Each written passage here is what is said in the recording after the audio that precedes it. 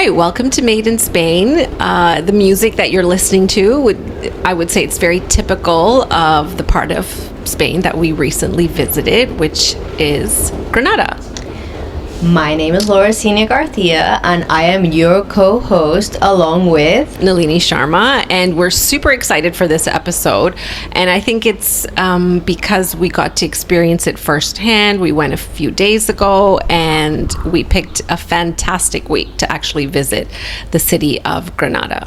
So we're going to be talking a little bit more about Granada and specifically the timing of when we went. Yeah. But before we get into that, let's just mention where we're shooting our episode today. So we are in Javia in a beautiful restaurant called Bohemians, and they've been so kind to let us shoot here on location, and we have the beach behind us. So if you're not watching this on YouTube or you haven't seen it on socials, you should definitely check it out. It's absolutely gorgeous. We have the Mongo mountain and the beach right behind us.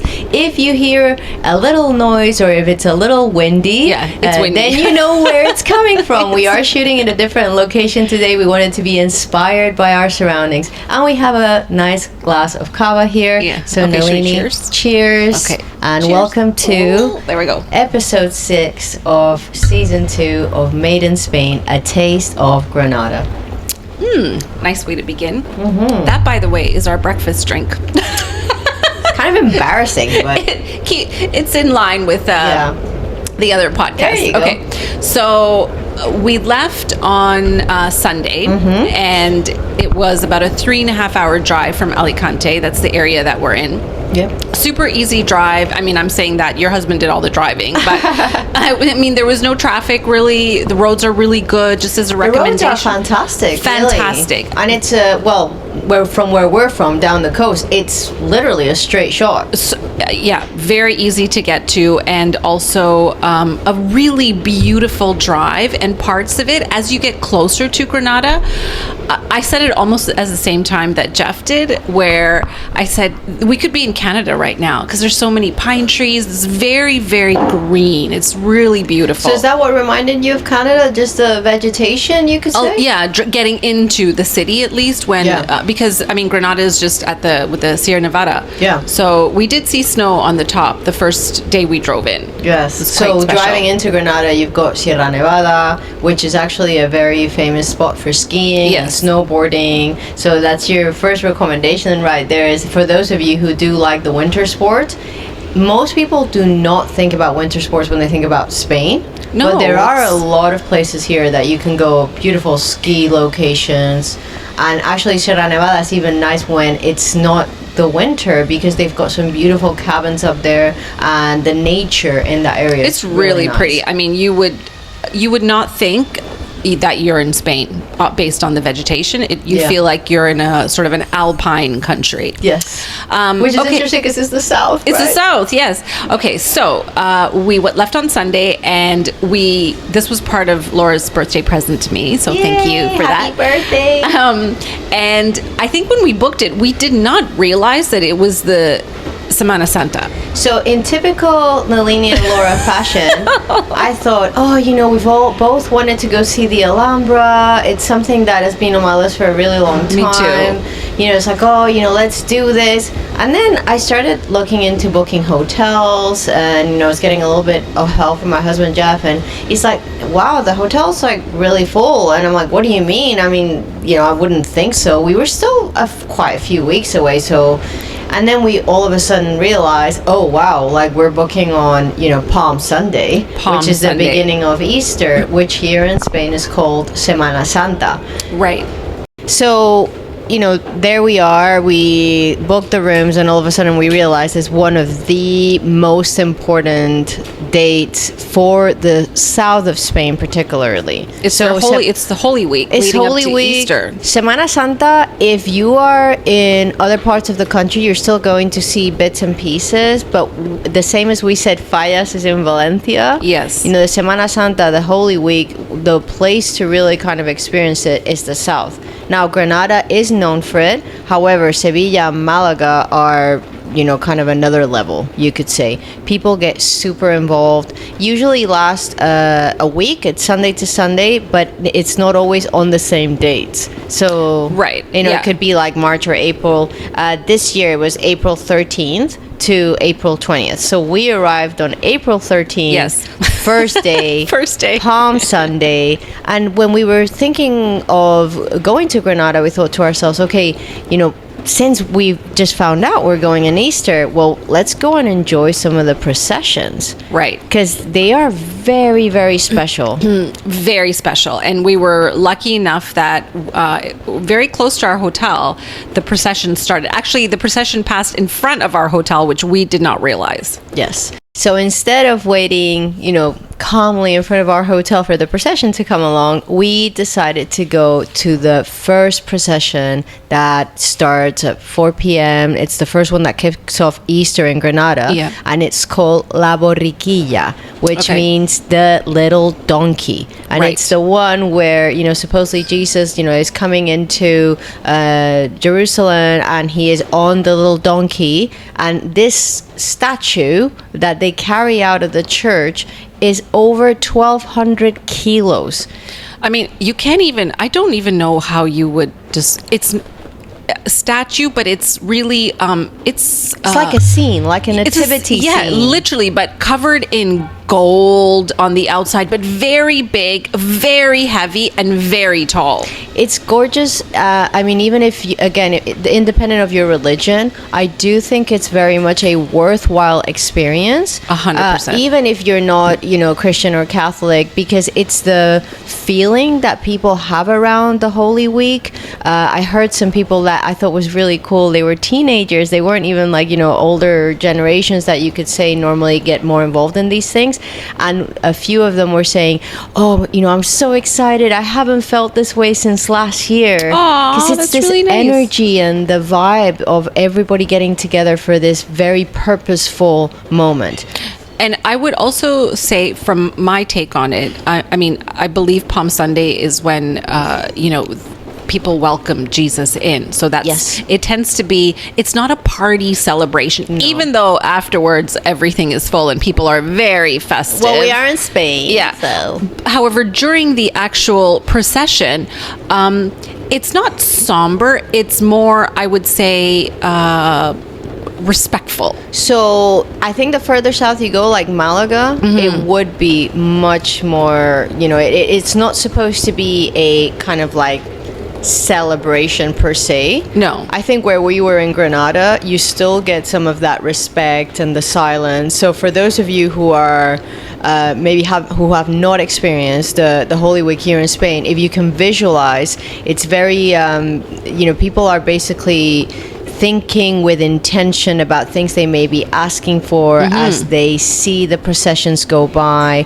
There's supposed to be total silence. Now, again, that is very hard in this country. The amount of people, because everybody's been waiting around. We waited around for like a couple of hours, and the amount of people that were going shh, shh, shh, like shushing each other, and then the person that was doing the shushing is talking like a minute later. And then I'm like, also, lady. I was trying to figure out why people were looking at their phones, because it was for, a crowd mostly of Spanish people. It was relatively quiet. I only saw a few people that were not Spanish where we were, because we went right to the beginning of the procession, which is outside the church. But people were on their phones and they were looking at the live stream from inside the church. Yes. That's what so I thought, you're looking at a football match. Come No, on. they were actually but no, watching they the were live watching the live stream from the church to see when the procession would actually start. So we had, from one direction, you had bands come down and play songs, music, and then the bands led the procession out. And that procession lasts an average of 5 to 6 hours. Yes. And within those 5 to 6 hours, imagine the people who are underneath this scene. There may be 40 or 45 people, but they're carrying 1,200 kilos of weight. So it's an amazing thing that people prepare for all year, and it's a great honor. Now, there's a few more things that are happening during the procession. Like, for example, the one that we saw specifically has all these children, and apparently the children are very, very specific to that particular procession of La Borriquilla. It's not normal to have them involved in a lot of the others because it's hard going. 6 hours of walk. I mean, and then you think, I sort of pictured it when you told me that it's a 6-hour procession and we need to get there, etc. I thought it's just because they move really slow. I kind of pictured it where I thought maybe they were pulling a cross because those are images that I've seen before. Yes. But this is very different. The reason it takes 6 hours because the people, they're men who are underneath I don't know what you would call it. It's really this big structure. It's a very big structure.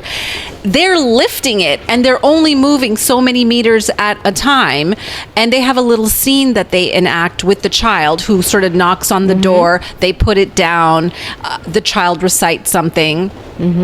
Do you know what the little boy said? The little boy was welcoming, supposedly, like Jesus into Jerusalem. Okay. That's what the actual, I mean, it was a lot longer than that, but that's what he's saying. The kids welcome you. Because, that's why that procession has all the children. So many children, because that's what it symbolizes. There were babies, too, by the way. Yeah, there were babies. There were babies in the procession. Dressed up like, little like shepherds, Yes, that's what it was. So anyway, that was a little bit about that Easter procession, but those processions go on all week. Every day. Yeah, every day. And by the way, if you're going to Granada or you're going anywhere for Holy Week, I would suggest be ready to park your car and leave it wherever it is. And walk. The streets are cut off. And there are points where you can't even walk through the procession. Like we tried to get to a restaurant and we couldn't. The police said no, cut down the other street. So that's what we did on the first day. I do think we wanted to address one thing. Actually, two things. Okay. There were many women dressed in black, very beautiful. Their hair pulled back, tied up in a bun, and they had this sort of, not a veil, but almost like a veil in the back, but then, really, and of all ages.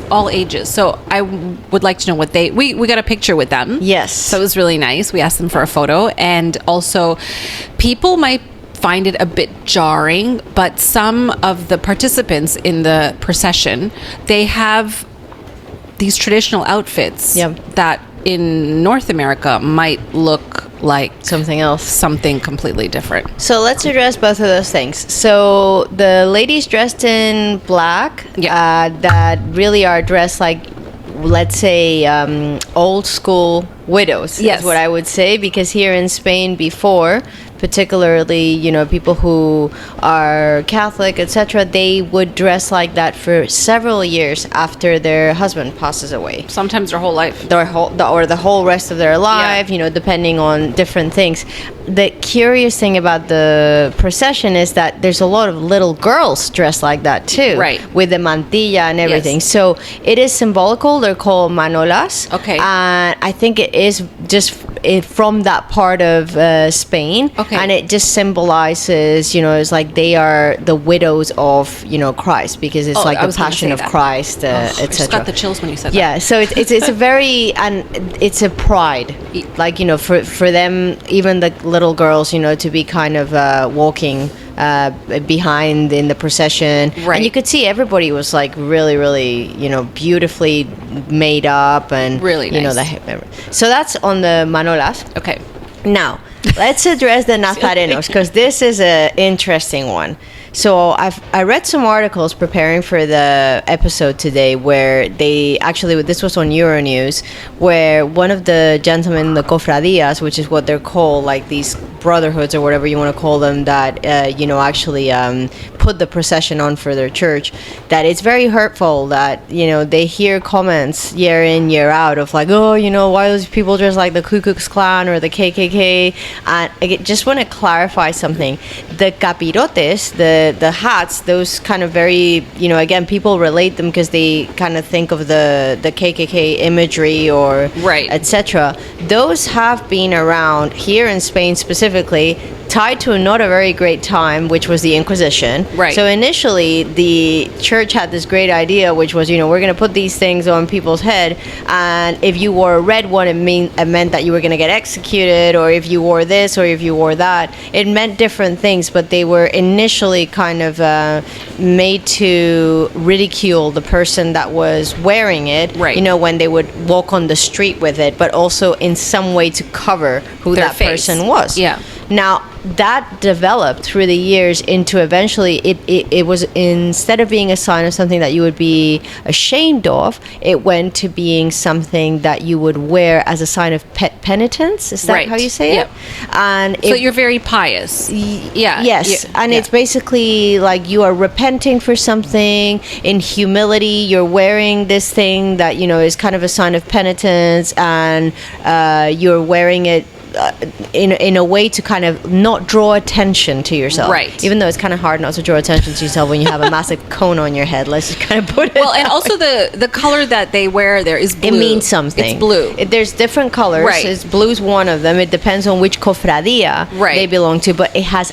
absolutely zero to do with anything to do with the KKK. Actually, I read that several historians mention that they believe that the KKK just thought that the traditional Easter updo from Spain looked intimidating, Right. and that it also helped to keep the clan's anonymity, and that's why they started They wearing adopted it. it. But it is so hurtful for people. Of course it is, because it's based on their tradition and Yeah. hundreds of years, and it has literally nothing to do with what that organization represents. And a it's, totally different intention. I mean, and it's very religious. I mean, you Yeah. are following Christ as Yeah. he makes his way into Jerusalem. That is... You're right. What you're saying, they're just very pious. They're penitent. They're somber.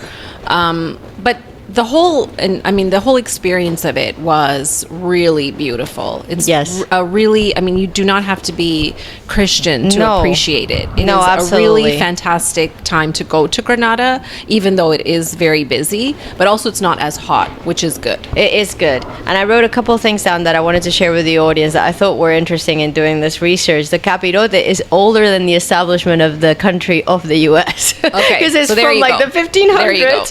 And the only other thing I wanted to mention is that, again, it was just picked up because it was intimidating. That's all. So, that's where it comes from.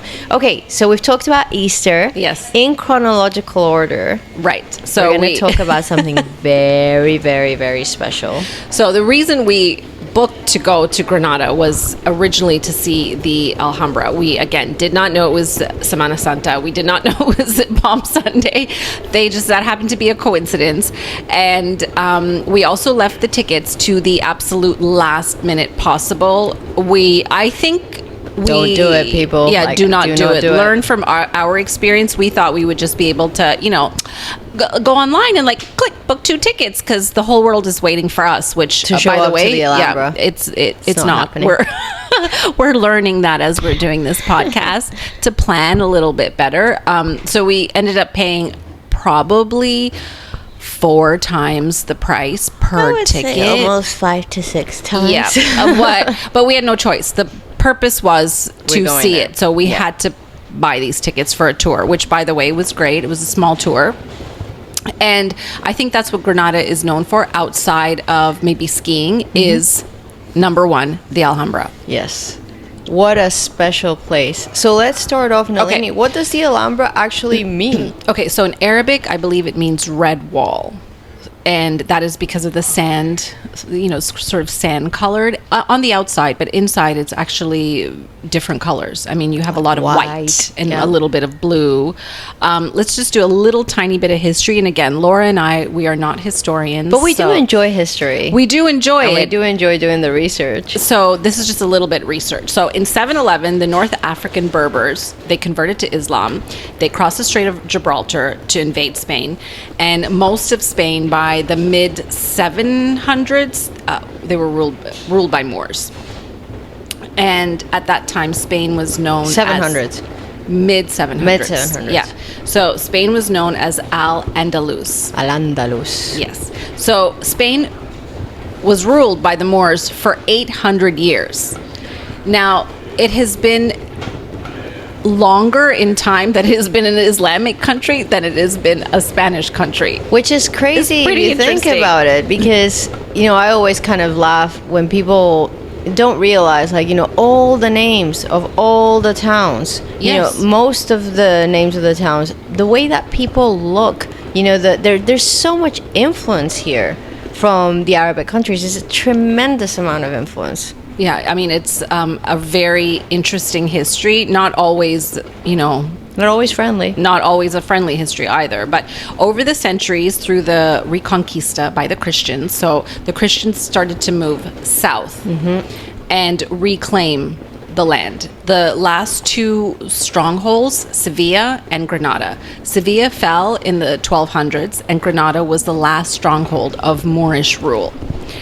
The Alhambra. Very significant. So Very not just significant. Granada, but what's inside the walls. Right. So in 1492, that's when Ferdinand and Isabella, it went back to them. So the Alhambra officially, that date, I think it was the 1st or 2nd of January in 1492, which also is when Christopher Columbus sailed the ocean blue. Wow. It's a significant Wow. year. I was gonna say, like, that year, just something is ringing Right? there. That's why. So the Alhambra started off as a... So sorry, Nelly, before you go there though, what was the last drop? Why did they end up? the guide that we had, she was Yeah. a fantastic guide and very knowledgeable. She said that the Sultan would pay taxes to Ferdinand and Isabella, and then at one point just decided You know what? he's not going to pay taxes No more anymore. taxes. And they said, well, guess what? Bye. We're taking it from you. So the That's absolute last hold of Yes. the Moorish kingdom left, basically, came down because of taxes. Yeah, and it was from everything that I've read, it was a peaceful sort of transfer. Yeah. It was not a bloodbath. However, the Alhambra has suffered from bloody wars post 1492. Yes.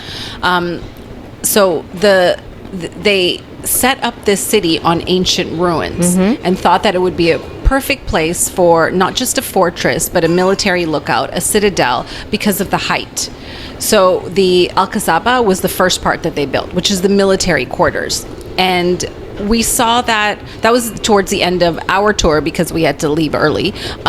So imagine this. We were in this tour for over 2 hours. Yeah. And I think we may have seen 25% of the Alhambra. You can or spend the more. whole day there. You can spend the whole day there. Yeah, and actually that's something that I would probably recommend. If you are someone that likes architecture, likes history, and you're making the time to go there, it may be worth really, planning for a solid 6 hours or to go back 2 days, because it is so much to see. Well, I think you can buy tickets where you can see the Nasrid palaces at night. Oh, that would be beautiful. So you can see the rest of the Alhambra in the day and then come back the next evening and see the palaces at night, because they're really quite spectacular. I mean, we were cutting it. We left it about 7-ish, and that they were closing at 8. Yes. So we saw as much as we could on our tour. And the military side that we saw, the Alcazaba, so that looks out over the city. You can see everything. You can see the whole of Granada. You can see the Sierra Nevada. We didn't see snow because it was a bit cloudy. But what we noticed is that the soldiers' homes, Yes. only the base was left. And why was that?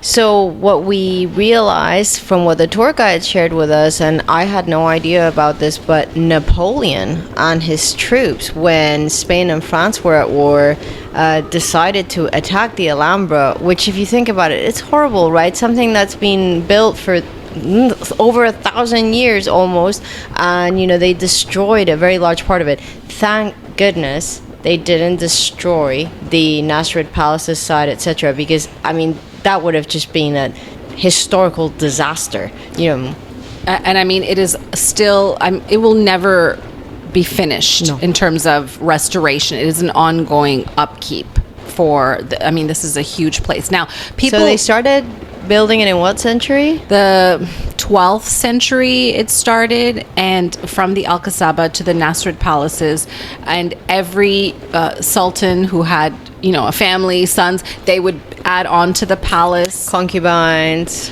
eunuchs. Yeah. Air conditioning with fountains in their own bedroom. Yes. So the Alhambra, what we learned, the first thing that we learned, which we didn't understand, is that it was a city unto itself. So Not a palace, but an actual city. Functioning city. So you had a Medina, you had cemeteries, you had, vendors, you had the military base, you had the court.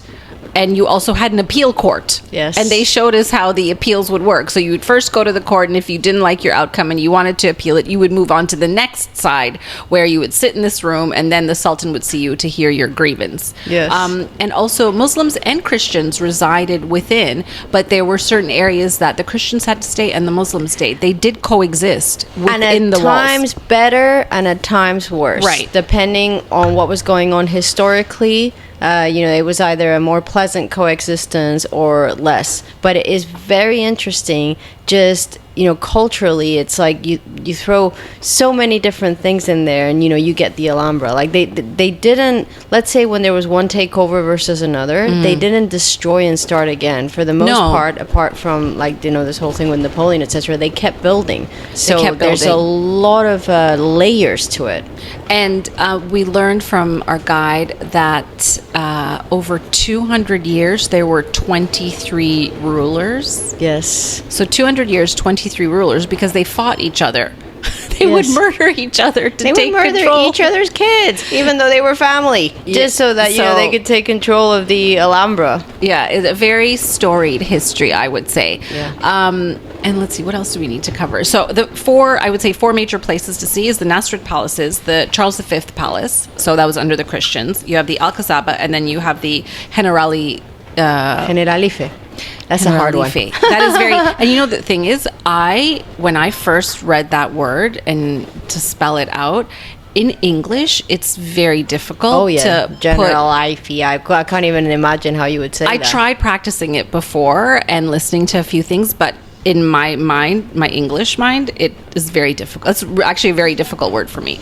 But that gardens, they built that to represent paradise on earth, and those gardens have existed for the last 600 years. So I think one thing that I would have never realized before the guide shared it, there are a lot of obviously Arabic words written on the walls. One of the sentences that appears hundreds of times is Allah will be victor, or Allah will be victorious, and it's written everywhere. But also there are more sentences all over the Nasrid Palace, and she said this is like looking at a book that's being built into a building, because there are so many poems and things written on the walls. And when I say written, carved. It's she tried to explain how they did the actual mold, so that they would use tree bark, and carve the mold, and then put water and plaster, and then that would come out, and then that's what they would use to. That's why you see all the repetitive patterns. I read something mosaics. The mosaics that they say the walls of the Nasrid palaces speak. Oh wow, yeah, and they do. Actually, it just gives me a little bit of like chicken skin or whatever you want to call it, because it's like it was to me the Nasrid Palace by far. I mean, the emotion looking around. Especially there was one particular place where we were looking up at the ceiling, and they said the ceiling was made up of over 8,000 individual pieces of wood that had been constructed to do this 8-point star, which was representing of the heaven of Allah and so on. It was so beautiful. Like, I really can't wait to go back. No, we were discussing this in the car here. I said, would you go back in a heartbeat, because we could do it in a little bit more of a relaxed way, take our time, really take it all in. And, okay, I have a question for you. What does the legend of Sleepy Hollow, do you know this story? I think I do. The Headless Horseman? Yes, the Headless Horseman. Yeah. So what does that story have to do with the Alhambra? Well, I know the legend of Sleepy Hollow a little bit, but I have no clue what it would have to do with the Alhambra, because Sleepy Hollow was like in a little town in the U.S. somewhere, right? Right. So it was written by Washington Irving. No way! Yeah, so I didn't realize Sleepy Hollow was written by him. Yeah, it's one of his short stories. So the legend of Sleepy Hollow, and he also wrote tales of the Alhambra, because he came in the early 1800s, fell in love like with this romantic vision of Granada and taking the trip to Granada. He spent time in the Alhambra, but by the early 1800s, it was basically a derelict place where they told us it was full of homeless people, graffiti, just, you know, it started to become basically squatters. Yeah. I mean, it was still in a way, I think, a functioning little village in which people would set up their ocupas, as they call it here, you know. Yeah. So, and he was horrified. Yeah. So in the early 1800s, he used his voice through literature to raise awareness, and it became such a point of interest for other people in Europe, because and they other were writers as well, and right? other the writers romantics.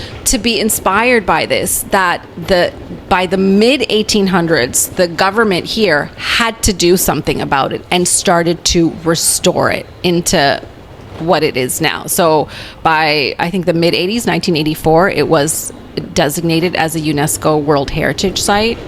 I mean, I think that's quite late in the game, but still, at least it has that designation. I can't believe it took someone from the US to come over and understand the beauty of Granada. He was actually named in the end the son of the Alhambra. Yeah, we saw it on the way out. There's a statue. Title. Yeah. So I did want to read one thing, Nalini, Okay, that go ahead. I read this sentence from Ernest Hemingway. Okay. That I thought was interesting, you know, in relation to Granada and the Alhambra. And he said, if we had to visit one city alone in Spain, that would have to be Granada.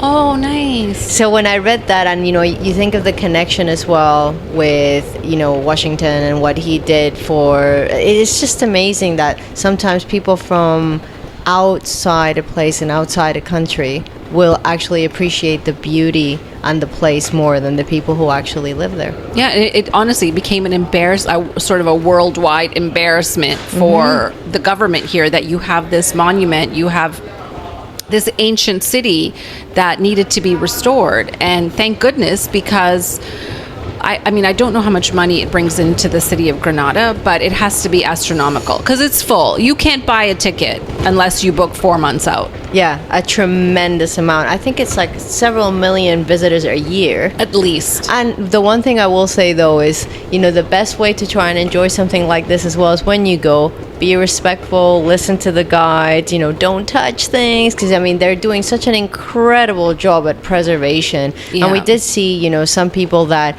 you know, they are not being very intentional or aware, you know, with what they're doing. So I think it's good. They tell you very specifically, don't touch the walls, do not lean on the walls, and then you see people leaning on the walls. Awesome. Yeah. So hopefully you enjoyed a little bit of background on the Alhambra and on Easter.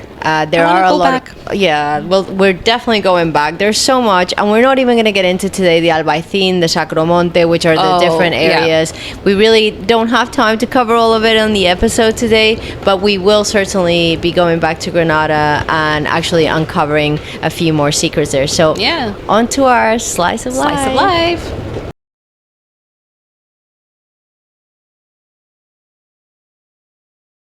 It's alive. Okay, so we are talking about, in this episode, our little trip to Granada and also our little stops that we made. We have some tea on the table here. What does it say? This is for insomnia and nerves. This is a very calming tea, and we're just gonna open it.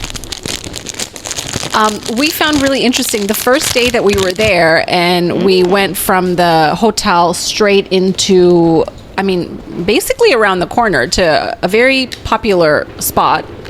It smells good, right? Yeah, that does smell nice. Where they have restaurants and, you know, for lunch. And of course, we head out at the peak hour of lunch after the procession. They had a lot of tea places, which we didn't realize. Loose tea. And a lot of interesting kind of like why this tea or what this tea, you know, like, find romance or, you know, fall asleep. A little bit better. mystical. Like very mystical. It had a bit of a kind of a magic shop vibe as well as a tea vibe. But, I mean, it wasn't just one shop. There were many tea shops and I believe that's the Arabic influence. Yes. Oh, 100%. Yeah. There's many tea shops, many shisha shops. Yes. For those who like to smoke the shisha, you know, they were all over the city. And also it was very interesting, like Turkish, Lebanese, you know, all Indian. kinds of different food. Have to say that, you know, food wise, I think quality related to price, Granada is fantastic. You know, we did try a few different places, everything from Spanish tapas to Italian to, you know, I wish we would have had a little bit more time to be able to go visit some of the tea shops, etc., like the ones that you actually sit at and have the sweets. Yeah. But fantastic place for food for sure. Okay, so our first afternoon we ate in, I would say it's just a little restaurant that was in a square, but we were in an area that was very Spanish, so we tried to avoid the tourist traps, the very touristy areas, and I mean they were all Spanish families eating there. That was really delicious. What I think you should explain, Laura, in Granada is very particular when you order a drink. They bring you a tapa. So this is very specific to Granada, and sorry to, you know, bust your bubble if you're going anywhere else, because it ain't happening anywhere else other than Granada and some places in the south. Here, if you order a beer or if you order a drink somewhere in the Valencian community or the Costa Blanca, you will get some olives, maybe some almonds if you're lucky, but nothing else. In Granada, when you order a beer or you order a drink, it always comes with a tapa. And these tapas can be significant in terms of the food. They're big. Yes. So we had some that it was like a stew, like a small plate. You know, it's a little. No, but they put bread on top of it. They did. And then another time we had like prawns. And so you're paying like €2. You get like one kind of drink, and then you get food along with it. So by the way, if you do this a few times, you don't have to go and get lunch at a restaurant. I mean, honestly, you don't. Yeah, you don't. And the portions at the restaurants are very big. Yes, they are. We shared. The two of us, we shared everything. We did, and we were making comparisons. I mean, we went to like a super nice Italian restaurant, right? And it was called, started with a P. Oh, it's gonna come back to me. I'm gonna say the wrong name. Go for it. Try. It's not Palermo. Parole? Parole. Is that Thank it? you. Is that the name of it? Yes. Okay. Shout out to Parole. For me, best Italian food I've ever had in my whole life. And it was in Granada. And I have been to Italy a number of times, but that Parole was so good. Delicious. So that's actually Parole. Yes. And you have to make a reservation. Do not turn up like we normally do and ask for a table for 4 at the peak hour of lunch, because they didn't have one. But we did get a reservation later. Heavily recommend having the mushroom carpaccio. So for our slice of life, let's try what we have on here. What is this? So we have torrijas and mona de Pascua. Okay. Torrijas, you can have... Oops. Okay, so careful, Nalini, because it's wet. Yes. So torrijas are very, very commonly eaten in Easter. Okay. This is from all over Spain. And then we have the mona de Pascua. Okay. So describe what that tastes like to you and what do you think it has in it? Because I haven't talked to you about this. Okay. And I don't mean this in a bad way. I mean it in a good way, because I don't like French toast, but it tastes like a really soggy French toast, which I prefer. Because it's sweet and it has a lot of cinnamon in it. Yes. So this is a torrija, and it's really good. Look at this. it is good, right? Precision, Laura. So Getting it into my mouth. So torrija is bread dipped in milk with, and there's a few different ingredients that can vary, but definitely cinnamon, some orange or lemon, a little bit of citrus in there, and then you have, of course, sugar, which you can taste. It is good, right? I highly recommend. Highly recommend. And then you actually dip it in egg and you fry it. So it is like fried bread. I think that you can say that's Spanish version of French toast. Only better. It's good. Say that. So if you want to look up recipes, torrija, Torrija, it is so good, and it's something that is very commonly eaten at Easter, because people, when they're trying to do Lent and not eat meat, right, this is a great substitute. It's very cheap, obviously, because it's just that it really is. It's just a slice of bread with some milk and some sugar, cinnamon, etc.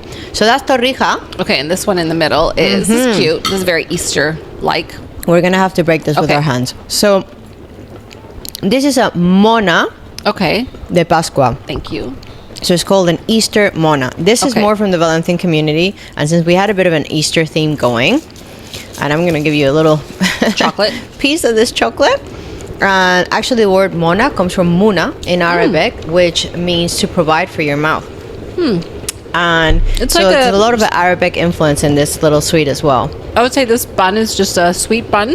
Would be nice with a coffee. It usually is. Or tea. Dip in something, like dip in like a hot chocolate or dip in something. Very nice. Traditionally, it used to come with a boiled egg in the middle. It still does in many places. It's like a hard-boiled egg, decorated hard-boiled egg, and it would be given as a present to, like, let's say your ahijado. What do you call it? Godson or goddaughter. Yeah.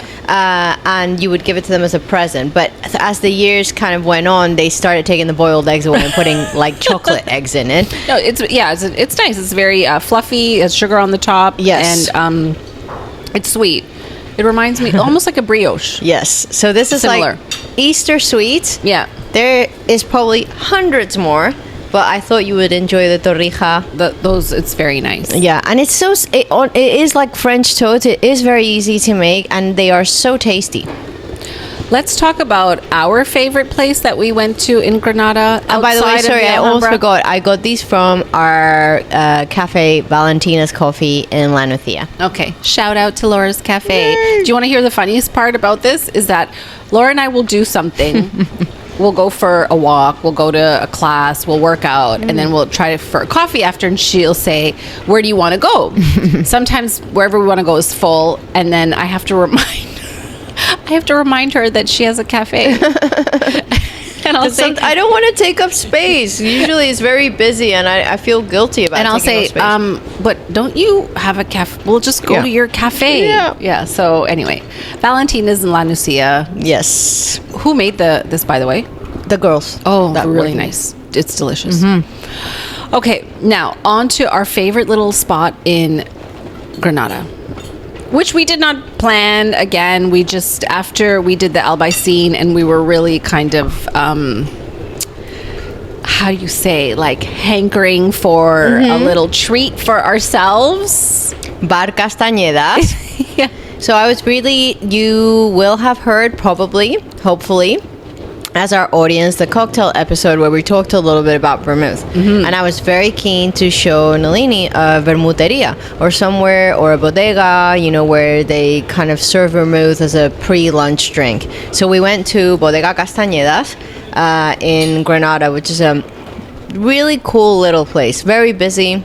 No, not good if you're getting sensory overloaded. Listen, busy is an understatement. It is ram-packed, wall-to-wall people. It is not, and we went on a Monday. I mean, it was Easter week, Holy Week, but still, it was a Monday at, I would say, 2 o'clock. Just at 2 o'clock, ram-packed, wall-to-wall people. But they don't take reservations. There's no such thing as a reservation there. You get in, you gotta push your way to the front, which we did quite easily, and you order. And then she asked me, you were in a beer mood this past weekend, Laura. Not me. I don't drink beer. She was, beer. She wanted a beer. I had a vermouth, which I never have, but I could not hold myself back. It was so good. It was really good. And then they bring out our tapa. I don't eat beef or pork, but the portions they gave are quite large, and then they have bread on top. So that alone, if you had just a vermouth and that little snack, that was like a little lunch. It's plenty. I mean, if you had to go on to another place. The vermouth was €2.40. It's ridiculous. It is. It's ridiculous. So definitely recommend that experience of going to the bodegas, going to the taverns, getting that kind of the tapas. And then the other thing that we wanted to discuss in our slice of life was our very interesting experience at the hotel we stayed at. Which is the Marriott, the Autograph Collection in Granada, which is in a palace. That Great was a convent. Location, though. It is if you can afford it and you can stay there. There are a lot of. Oh, and we also have to talk about the hostel quickly. But it's an ideal location because it's on the main road, and you can walk. Everything from there is, I would say, a 10-15 minute walk. So we'll give you two options. One, if you want a little bit higher budget. One, if you want a much lower budget, but still a super cool place. Yeah. Like, I would really, really consider the lower budget place actually after going for breakfast there. So let's start with the Marriott, though, because it was pretty interesting. It was an old convent. It's a converted convent into a hotel. It was not that long ago that it was converted, as we found out by a reason that we will share in a moment. There's a lot of interesting imagery in the hotel, particularly in the cocktail bar. There's like a, inverted cross. There's like a lot of weird things going on there. But the interesting thing is that, I would say not for the faint-hearted. I mean, if you are someone that gets easily kind of creeped out, which maybe I am, maybe not the best place to kind of try and get a solid sleep. And maybe Nalini, you can share why. Oh, well, she thinks it's haunted. And then Laura said at 2 a.m. she heard voices, and I may have watched too many terror movies at thankfully this point, I slept through all of that. But it is a place where you do have a bit of a vibe, and in the center courtyard, which is quite pretty, it's very beautiful. Very beautiful. Let me just say this, the hotel's very beautiful, the location's great. I just found it a bit odd. In the courtyard they have it's a cemetery. It's a cemetery. So you're basically sitting around the courtyard, and all of a sudden we start looking at the stones, floor. but they're in the ground. And you see these stones on the ground, and it says Sor blah blah blah, which means like, the senior nun such and such, right, or senior nun such and such. And I looked at Nalini and went, you think those are just their like commemoration, or do you actually? Because again, we're sitting a meter away, from these quote unquote tombs. Yeah. So the waiter comes over, and I'm like, are the nuns buried there? She said yes. And she said, yes, they are. I'm like, okay, well, like, why isn't it like roped off or something? Because, there's people walking over, which I felt was very kind of like, okay, this is a little bit freaking me out. And they had some of the inscriptions on they were from like the 50s. Yes, so some were, 1600s, yeah, all the way to the 50s, like 1950s. Exactly. So 1950s was like the last kind of non-time that was buried there. So again, I'm just like, okay, this is fine. I don't have any kind of. We walked. Yeah, we walked around. We were careful. We didn't want to step on it. But my comment to Nalini is that I don't think the hotel makes a big deal out of this, because they don't want people to know, or they don't want people to realize that this is a cemetery. Like, we're literally sleeping around a cemetery. And inside, the rooms, because it is a converted convent. The rooms are the rooms where the nuns slept. You can tell because of the height of the ceiling and everything. Yeah, listen, during Halloween, it might be a very different perfect vibe. Place. Yeah, perfect place. If you want to go experience Halloween in Granada, stay at this place. And she's convinced she heard sounds at 2 a.m. Yeah. I slept through it, so I'm okay with Nalini that. slept through it, but yes, I definitely not like the best 2 nights of sleep I've had ever in my life. Although I would go back, because that's just me. The hotel's cool. It's a cool vibe. But just, something, I don't think I have ever stayed in a hotel that had a cemetery in the middle of the courtyard, which, by the way, is the terrace of the bar. Yeah, it was the terrace of the bar. And then, the picture with the upside down. Oh, but then Ayrton said, he's like, no, it's not anything bad. It's St. Peter. Yes. So Nalini's son was giving us history lessons, which is great. That's why I sent him to the Bible school. Like, teach us. Okay, so that was a little bit of our slice of life.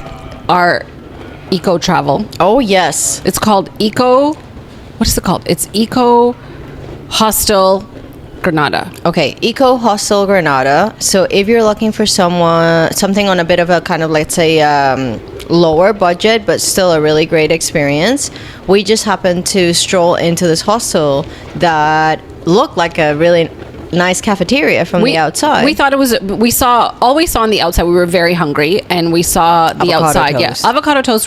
Let's go there. We walked in, and then you said, I think this is a hostel. Yes. Like, we're in the cafeteria of a hostel, but you can eat there. It doesn't matter. But very, very clean. Like, when you say hostel, that's really a loose, I would say, co-working space. It's very cool.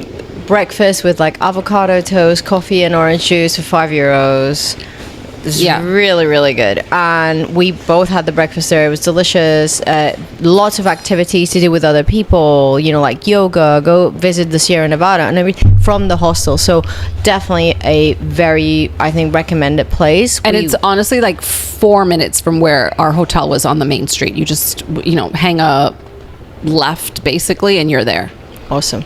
Yeah. So, yeah, that was Granada. It was a whirlwind tour, Laura, but yes, I loved it was. And we only came back a couple of days ago. It was fantastic. I would recommend to anyone to do it. Yes, definitely going back. So, thank you very much for joining us in this slice of life. We have our sentence of the day to do. I'm ready. I don't know if you're ready for this. I'm never ready. Just tell me. This is bad. Okay, so we're probably going to have to beep this just to kind of make sure that, you know, I'm just going to put it out there. Okay, so the sentence is el coño de la Bernarda. Oh, my goodness. Okay, I don't know what that means. Okay, Yes, that part I know. That part of Bernarda. Whoever Bernarda is. Oh. What does that mean, Nalini? Wow, that's hard. That was a bad thing to say. Do you want me to try and break it down for you? Yeah. Okay. So, for some reason, in Spain you say that when things are very disorganized. They're all over the place. El coño de la Bernarda.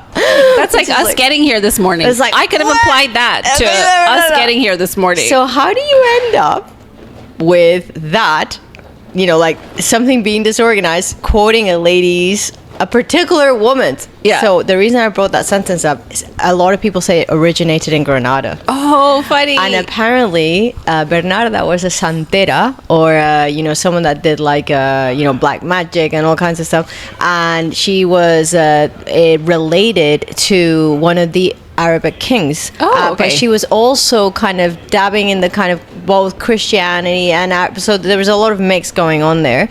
And there are some very funny stories that I'm not going to get into about this lady Bernarda and why, you know, they use that for, like, you know, when things are super disorganized. But I just thought, you know, that definitely applied to both of our situations this morning. Yeah. So that was the sentence apparently originates from Granada, and one of the multiple legends around that sentence. But that's what a lot of Spanish people will say when things are like, you know, like totally disorganized. Okay, I'll listen out for it. Yes. All right, thank you.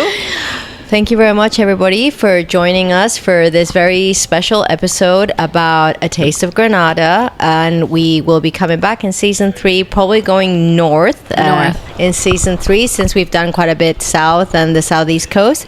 And please remember to subscribe, follow, so you don't miss an episode. We would love to hear from you. Let us know what cities you want us to cover as well. Absolutely. So we can consider them for season 3. Yeah, thanks, Laura. Thank you. Okay, bye Hasta for now. luego.